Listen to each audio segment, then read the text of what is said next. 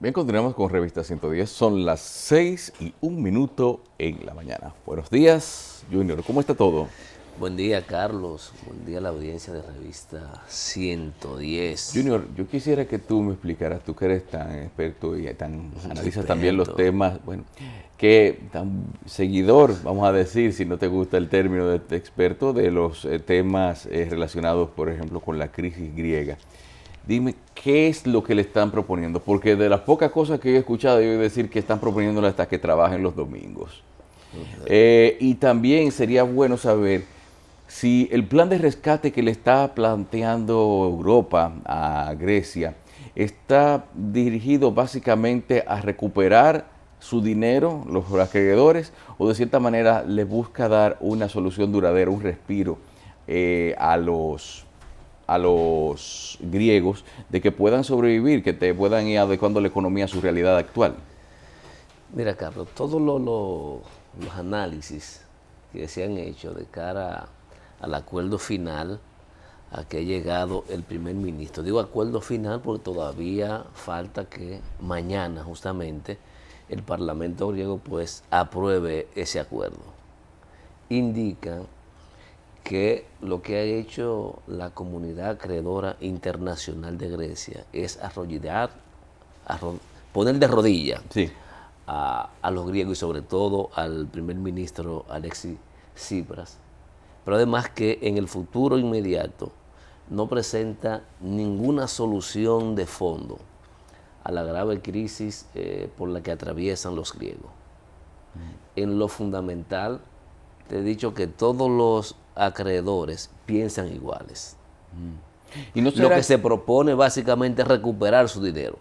Una inyección de dinero que puede llegar hasta 86 mil millones, pero con el objetivo de recuperar lo que se le debe. eso es como echarle combustible a la máquina para que termine de llegar hasta donde tiene, para que termine de hacer la labor necesaria Claro. para que produzca el dinero que se les debe a ellos. Porque ¿qué ha pasado?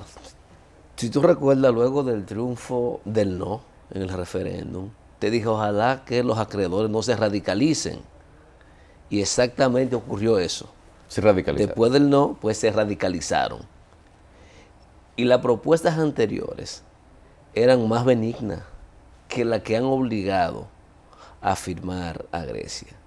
Entonces, todo el esfuerzo que hizo ese pueblo griego por darle un espaldarazo a su primer ministro, a su coalición de gobierno, la ha tirado a la borda el primer ministro. ¿Por qué? Porque justamente lo que le han propuesto es contrario a la propuesta programática que llevaron a Syriza al poder. Se había comprometido a sacar a Grecia de los planes de austeridad. Pues no. Ahora esta propuesta les obliga a mantener la austeridad, que lo que ha hecho es reducir a su mínima expresión el aparato productivo de esa nación. ¿Y no será que por cuestiones de populismo, Alexis Tsipras enarboló una bandera de ideales y de objetivos económicos que a fin de cuentas y desde la perspectiva de una persona que no estaba en el poder, no era algo que se pudiera evadir? Es decir, Mira, es como si, por ejemplo, tú quisieras, tú estás fuera del poder, por ganarte el favor de la gente o simplemente por unirte a la obra, subirte en lo que la gente está reclamando, tú dices, ok, no, ese problema, ese acuerdo no va, esas condiciones no van, pero a fin de cuentas, desde una posición en la cual se da cuenta de la realidad que está viviendo su país, no le queda otro camino que no sea aceptar lo que le están imponiendo. yo creo que si hubiese sido solo una actitud populista, no hubiesen tenido necesidad de convocar un referéndum. Sencillamente hubiesen pactado. Ahora, ¿qué ha ocurrido después del referéndum? Nada. Eso es lo que hay que ver. ¿Qué ha ocurrido?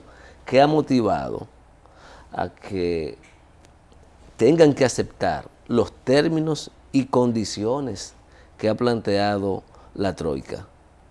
¿Eh? ¿Qué ha ocurrido entonces?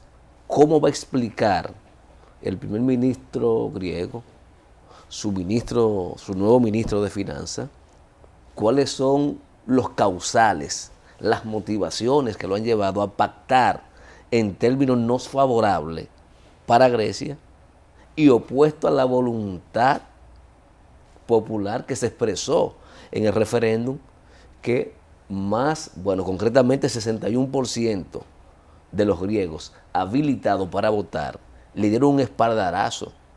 Él iba a la mesa de negociaciones en una buena posición, porque contaba con el respaldo de su población. Contaba con eso. ¿Cuáles son entonces las consecuencias que puede afrontar el primer ministro griego? ¿Con qué armas cuenta él para desactivar el impacto negativo de imagen que va a representar esto al interior de los griegos? Fíjate que desde el momento mismo en que se aprueba o que se anuncia el acuerdo, que todavía no es definitivo, pues empezaron las protestas en Atenas. Empezaron las voces disidentes de la coalición Syriza, por ejemplo. El ministro de Defensa está opuesto, pero más de 18 o 20 diputados de Syriza están opuestos al acuerdo. Es decir, que el futuro inmediato también de Alexis Tsipras es incierto.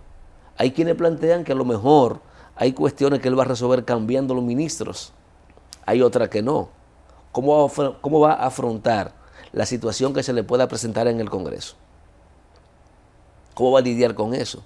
Pero además, si siguen aumentando el rechazo y la protesta, ¿cuál es el camino de él? ¿Qué le queda? Posiblemente irse por la puerta de atrás, dimitir del puesto.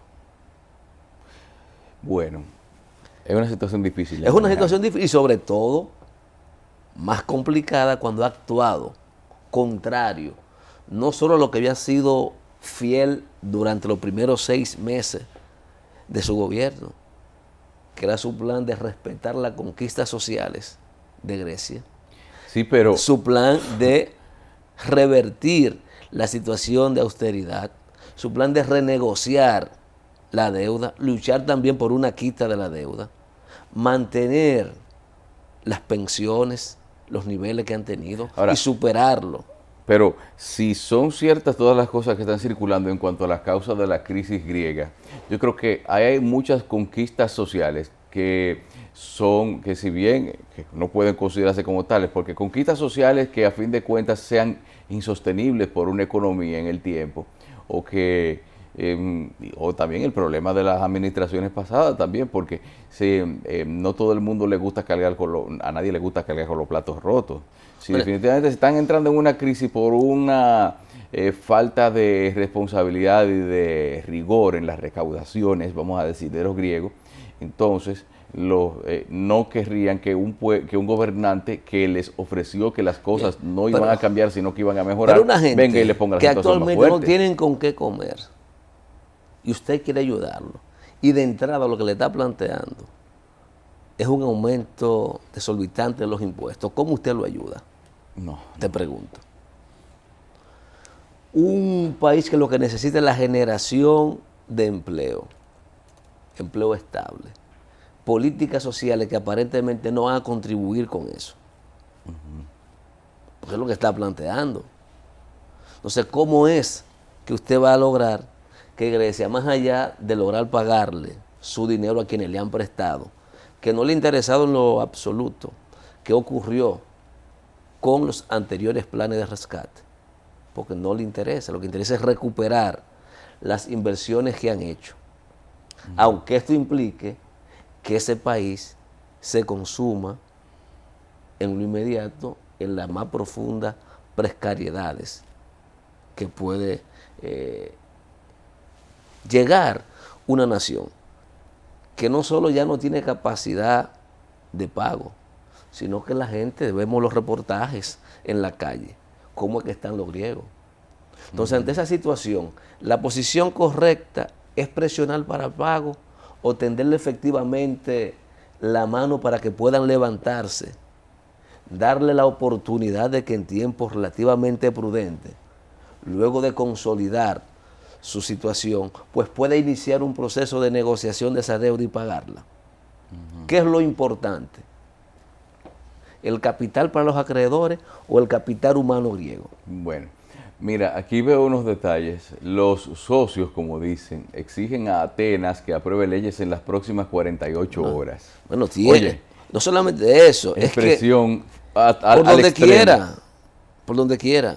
48 horas es el miércoles que tienen que tomar decisiones. Sí. Dicen que hay una pequeña intención de venganza por el referéndum. Bueno, Bueno, es que el rescate si son... tú recuerdas, yo te hablé también Sí, que sí. no se trataba solo de una lucha económica. Ujú. Posiblemente había que demostrarle al mundo y demostrarle a los europeos que el camino no son las alternativas, Pero dime que una... hay que asfixiarlas Sí, sí, eso... para que no puedan desarrollarse, para que no puedan reproducirse y tener, por ejemplo, el impacto que se quiera o no que tuvieron los movimientos en América del Sur. Eso es una manera, ok, tú dices que eso es una manera de demostrarle al mundo, vamos a decir, de Claro. que esos gobiernos, esos regímenes alternativos de gente... No son la solución son ellos. de que- Tienen la llave. fuera de los que son los políticos tradicionales. Ellos los tienen la llave y conservadores. como tienen la llave y tienen los recursos, el que no está de acuerdo conmigo, yo lo arrodillo. Y parece que en este caso, la presión que ejercieron, lograron, digo yo, es un término que usaba mucho aquí, que se rajara el primer ministro. Porque se rajó. ¿De qué sirvió haber consultado a esa sociedad? Para luego salirle con esto. ¿O es que efectivamente es el anterior ministro de Finanzas el que tenía obstruidas las negociaciones? Me parecería eso también. Mira, una ayuda de 50.000 millones en 3 años. Reclaman crear un fondo de venta de activos públicos bajo la tutela de la Unión Europea. Ahí yo creo que hasta el Partenón lo van a vender. Ahí irán a ver, bueno, imagínate. Entonces, porque también hay una exigencia de privatizaciones. Pero Óyeme. ¿qué tanto nivel de compromiso o de responsabilidad en la crisis tienen los acreedores? Es que eso no importa, tienen no, Carlos. porque una cosa es que te prestes dinero y tú falsamente dijiste que tú podías pagar, y otra cosa es que te presten a sabiendas de que tú no puedes pagar porque te quieres quedar con lo del otro. Eso es una Es que forma tú de estás pidiendo usura a un nivel gran de análisis. escala. Es que tú estás viendo un análisis que a los acreedores no le interesa. Lo único que le interesa a los acreedores es la recuperación de su dinero. Y están apostando a eso. Y ese plan, o ese tercer rescate, y que te dije puede llegar a 86.000 millones de euros, incluye una parte importante para pagarle a ellos mismos. Hicieron caer al gobierno griego para después hacer lo que habría hecho el que tumbaron. Claro.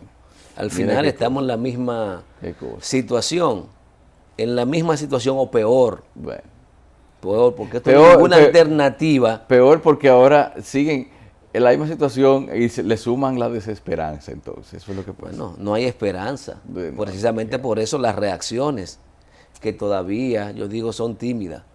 Vamos a esperar la evolución de los acontecimientos. Bueno, Vamos a ver qué pasa mañana, si efectivamente se aprueba y si el Congreso logra tener unidad de criterio para aprobar algo que es impopular, de hecho.